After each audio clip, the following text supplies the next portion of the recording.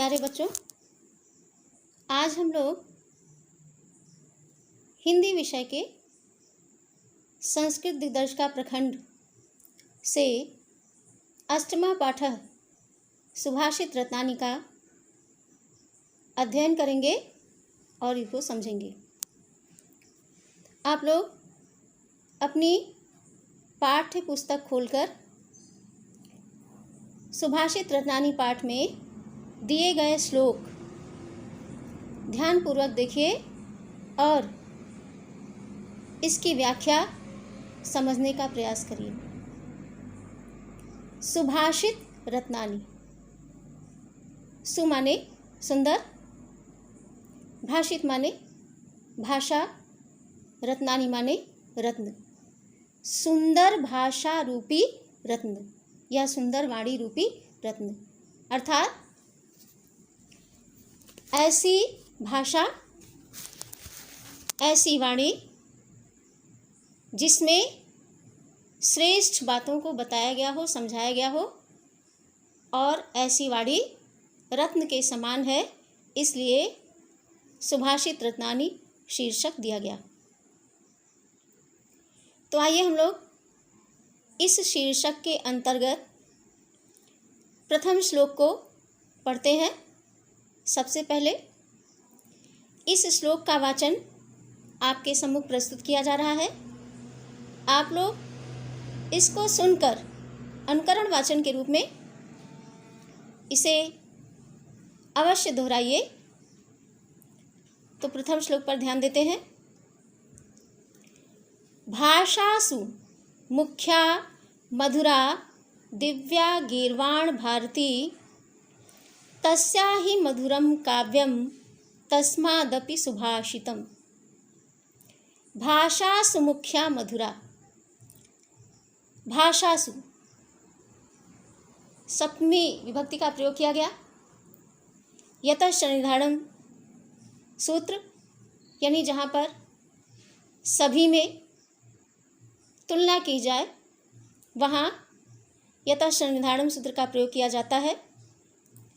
भाषासु माने भाषाओं में, अर्थात जितनी भी भाषाएं हैं उन सभी भाषाओं में। मुख्या माने मुख्य, मधुर माने मधुर, दिव्या माने दिव्य, गीर्वाण भारती संस्कृत भाषा को कहते हैं देववाणी संस्कृत। भाषासु मुख्या मधुरा दिव्या गीर्वाण भारती, सभी भाषाओं में सबसे मुख्य, मधुर और दिव्य देववाणी संस्कृत भाषा है।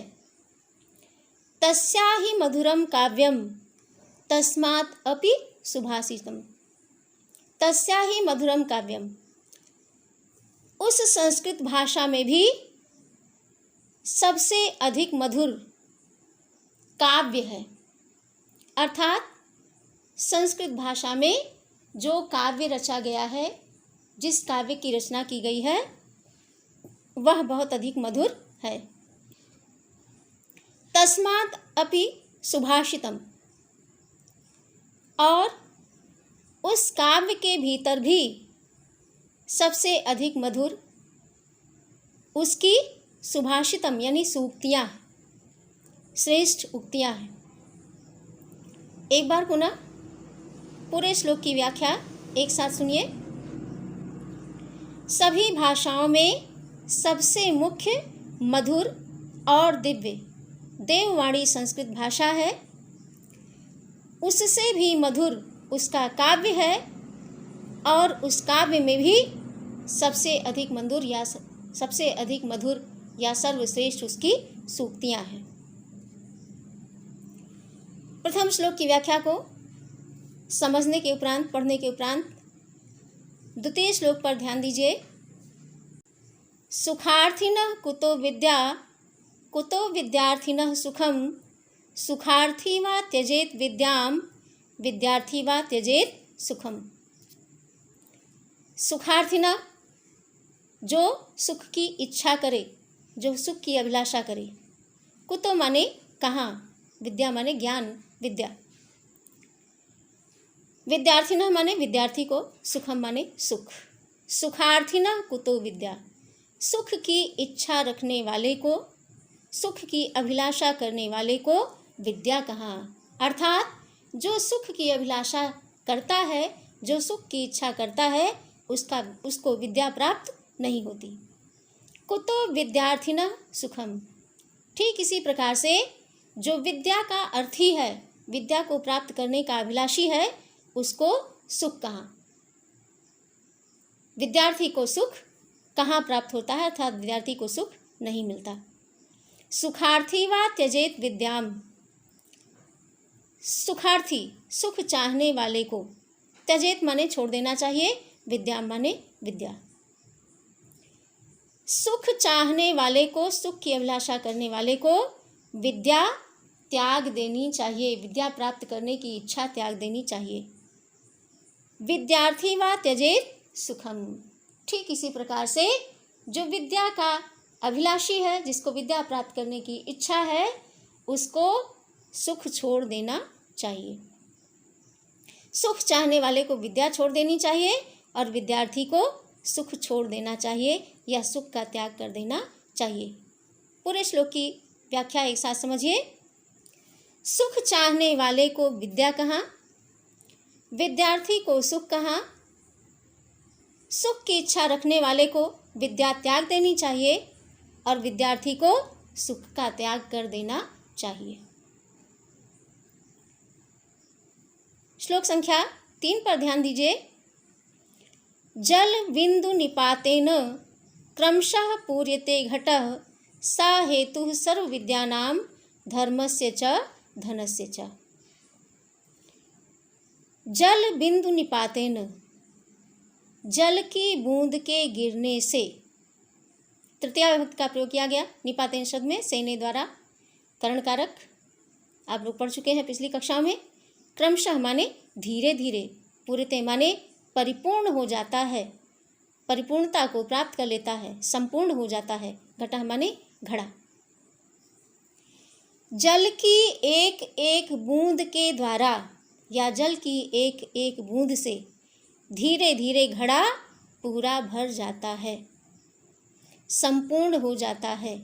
स हेतुः सर्व विद्यानां धर्मस्य च धनस्य च। हेतु माने हेतु है, कारण है। सर्व विद्यानाम सभी विद्याओं का, धर्मस्य माने धर्म का और धनस्य माने धन का। यही सभी प्रकार की विद्या को और धर्म को तथा धन को प्राप्त करने का भी हेतु है। अर्थात जिस प्रकार से जल की एक एक बूंद से धीरे धीरे घड़ा पूरा भर जाता है, संपूर्ण हो जाता है, उसी प्रकार से धीरे धीरे विद्या और धर्म और धन को क्रमशः धीरे धीरे ही प्राप्त किया जा सकता है। काव्यशास्त्र विनोदेन कालो गच्छति धीमताम व्यसनेन च मूर्खाणाम निद्रया कलहीनवा। अब हम लोग श्लोक संख्या 4 को पढ़ रहे हैं। काव्य शास्त्र विनोदेन, काव्य माने काव्य, शास्त्र माने शास्त्र, विनोदेन माने उसके विनोद में, कालो माने समय, गच्छति माने बीत जाता है, धीमताम माने जो बुद्धिमान है, जो श्रेष्ठ है। बुद्धिमान लोगों का समय, विद्वान लोगों का समय काव्य और शास्त्र के आनंद को प्राप्त करने में व्यतीत हो जाता है। व्यसनेन च मूर्खाणाम निद्रया कलहीनवा। व्यसनेन माने व्यसन में, मूर्खाणाम माने जो मूर्ख हैं, मूर्खों का, निद्रा माने निद्रा में, कलहीन माने झगड़ा करने में। लेकिन इससे विपरीत जो मूर्ख है उनका समय व्यसन करने में, निद्रा में या फिर कलह में यानी विवाद करने में बीत जाता है। एक बार पुनः पूरे श्लोक की व्याख्या को समझिए। विद्वान लोगों का समय काव्य और शास्त्र के आनंद में व्यतीत होता है,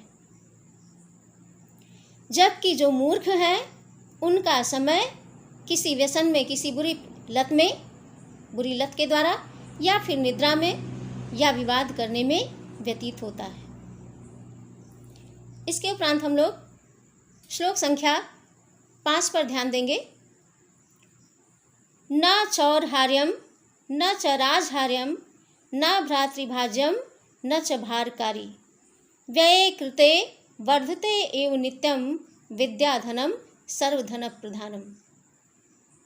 न चौर्हार्यम, न चोर के द्वारा चुराया जा सकता है, न च राजहार्यम, और न ही राजा के द्वारा इसका आहरण किया जा सकता है, न भ्रातृभाज्यम,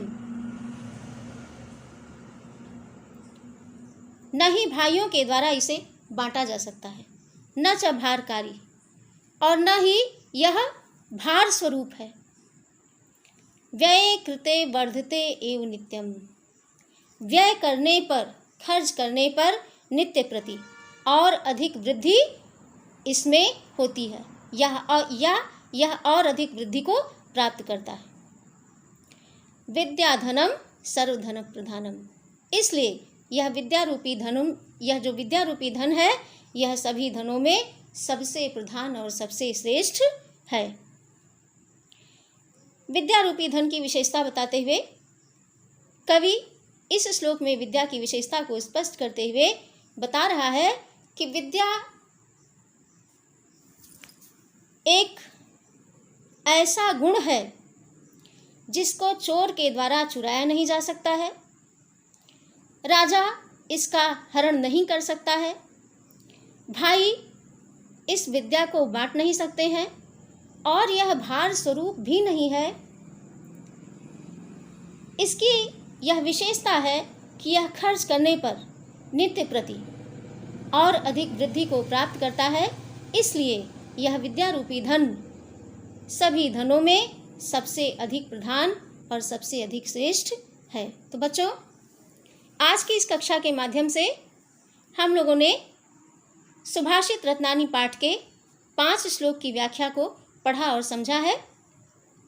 इसके आगे के श्लोक की व्याख्या हम लोग अगली कक्षा के माध्यम से समझेंगे।